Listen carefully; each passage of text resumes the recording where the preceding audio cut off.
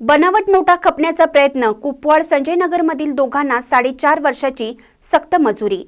बनावट नोटा खपण्याचा प्रयत्न केल्याप्रकरणी न्यायालयाने आरोपी विजय बाळासाहेब कोळी वय वर्ष 37 राहणार दत्तनगर कुपवाड आणि शरद बापू हेगडे वय वर्ष 38 राहणार राम रहीम कॉलनी संजयनगर या दोघांना 4.5 वर्षाच्या सक्त मजुरीची शिक्षा सुनावली आहे। या खटल्याचा निकाल सहाय्यक जिल्हा सत्र न्यायाधीश श्रीमती MS काकडे यांनी दिला आहे।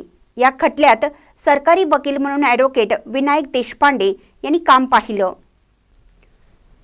मिळालेल्या माहितीनुसार स्थानिक गुन्हे अन्वेषण शाखेकडील तत्कालीन सहाय्यक पोलीस निरीक्षक RA फडणीस यांना कुपवाडमधील दत्तनगर परिसरात आरोपी विजय कोळी हा बनावट नोटा खपवण्यासाठी थांबला होता।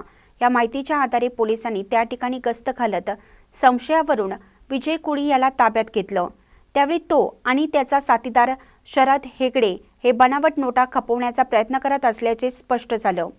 पोलिसांनी त्याची अंगझडती घेतल्यानंतर कोळी यांच्या खिशात 2000 रुपये दराच्या 10 आणि हेगडे यांच्या खिशात 29 बनावट नोटा सापडल्या।